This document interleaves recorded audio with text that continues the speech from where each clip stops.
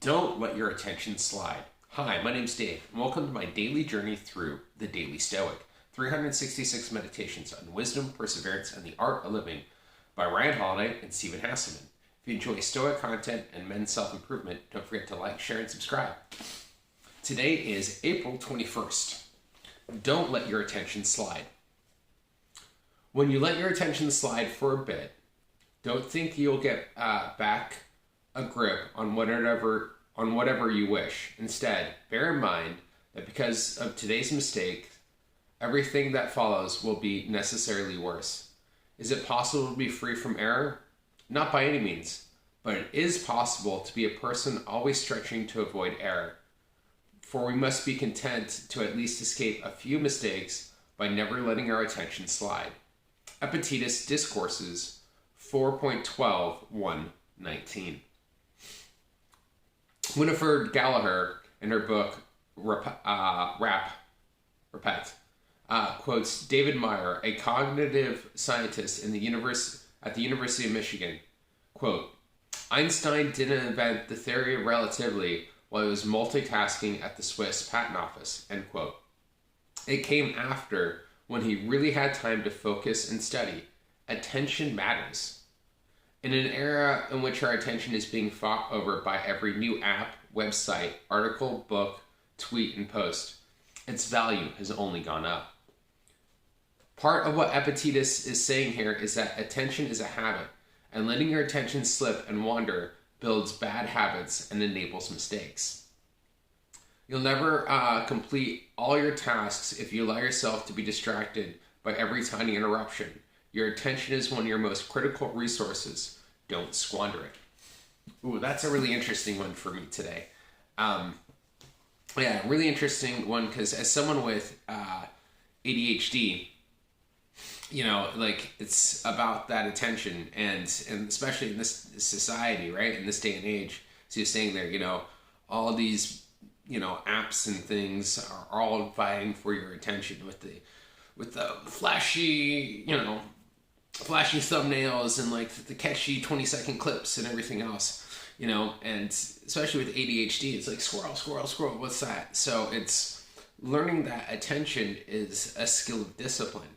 Where your attention where your mind flows, your attention goes. So recognizing of all right, when you get kind of a little off track, I don't necessarily agree with all right, your whole day's ruined, is kind of Epictetus is saying in the beginning there, but it's all right, learning how to kind of keep our focus when we get off track, learning how to pull ourselves back in, and making that adjustment and journey shorter and shorter. So it's getting off tasks, and then letting it wander for 3 hours versus all right, I'm off task. All right, let's get back on task in 3 minutes, right? And seeing those kind of improvements, and recognizing that your attention is a valuable resource. And it's something, especially if you have ADHD, if you are neurodiverse, you recognize the struggle in that. Yet you've also seen the amazing benefits of hyperfocus, of when you get so passionate about something that you study and you spend all your focus and attention on it and you gain so much knowledge so quickly. And then other things that it's hard to kind of bring that in. So learning how to kind of master your hyperfocus, learning how to, it's not necessarily you can turn it on and off, but there are ways to induce that state, which is something I do I teach my students in my coaching program, learning how to bring myself back into that kind of focused state. A lot of it comes down to breath control, recognizing how your breath is reacting to a situation, keeping in the main thing that you want to accomplish, creating timers so that you can stay focused on a task, making it in small bites so that you can all right, we completed that. All right, now I can do this and then boom, back to this. And knowing how your brain works. When it comes down to attention, it is especially for ADHD. I know I'm kind of laying on the ADHD stuff, but this is the first word in ADHD is attention deficit disorder, right? So, it really is something that's near and dear to my heart. And learning not even when I like lose my focus and lose my kind of attention on the task at hand. Like the other day, I was on Wednesday. Yeah, on Wednesday. I was trying to get some work done, and I had one call later, and I got so focused on that call that I was so distracted I couldn't really get anything else kind of done. So instead of like beating myself up for it, I'm like, okay, I need to do some self-care here. So I ended up grounding in my, doing a little bit of yoga, doing some grounding, moving myself in a way that I could like bring myself back to focus so I could handle that call later. Because I was putting all my focus on that and not kind of focusing on the tasks that I need to get done, but being kind of gentle with myself to like, okay, how can I bring myself back? Have I halted and I'm like, all right, am I hungry, angry, lonely, tired? All right, where am I at? Recognize that, and I was able to get myself back on task, get the videos out, get the other kind of bits and pieces I needed done. So I was ready for the call that the guy never even showed up. So, which is kind of like, which I thought was kind of funny. So it's like, so put all this worry and attention into it, and it didn't even end up happening. But I used that as an opportunity to practice how to handle the call, how to like set myself up, and recognizing my own, like putting the right focus on the things that are in front of me. Particularly, I like to think of it sometimes like, all right, I just need to think about the first three things.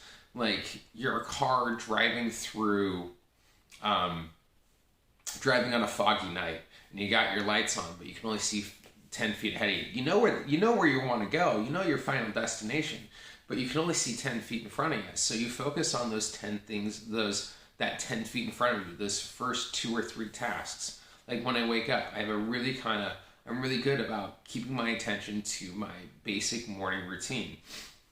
10 push-ups, 10 sit-ups, 2 rounds of yoga sun salutation, boxing squats, 1 on each leg, a bit of journaling, make my coffee, do this video, right? Like, then after this, I'll go brush my teeth, comb my hair, wake up the fiance with her tea, finish getting ready for work, go to work, right? Like I'm not thinking what's going to happen at work. I'm not trying to keep it within those kind of little time parameters so I can keep my focus, so I can keep it really narrowing my focus down to the little tasks I need to do, living intentionally, especially with ADHD. We're so easily distracted about thinking about the past or the future. Keeping my intentions and keeping it really intentionally living in each of the moments, in the moment of now. So the moment of now is this video, right? Like making this and then doing the quick edit, make the tea, brush my teeth, boom, that's it, all right? That's as far as like, my fiance asked me, oh, so what's your plans for him? I'm like, I don't know yet. Like, I know the basic things, but I'm not thinking about that yet. I want to keep my focus on what's right in front of me. Yeah, and that's, I think, all I got on that before I get distracted. So, because I know I'll get distracted. So it's like learning how to work through it. But anyways, thank you so much for watching this video. Really appreciate it. Don't forget to check out more daily Stoic videos that will pop up sometime over here. And if you're not subscribed, don't forget to subscribe and hit that bell for notifications. Thumbs up if you like the video. If you're interested in doing coaching with me to master your attention and your ADHD and how a Stoic philosophy can help your life, check out my website for all my coaching stuff as well. I offer a free call with that. So with that though, see you tomorrow, and you have a great, if not better day.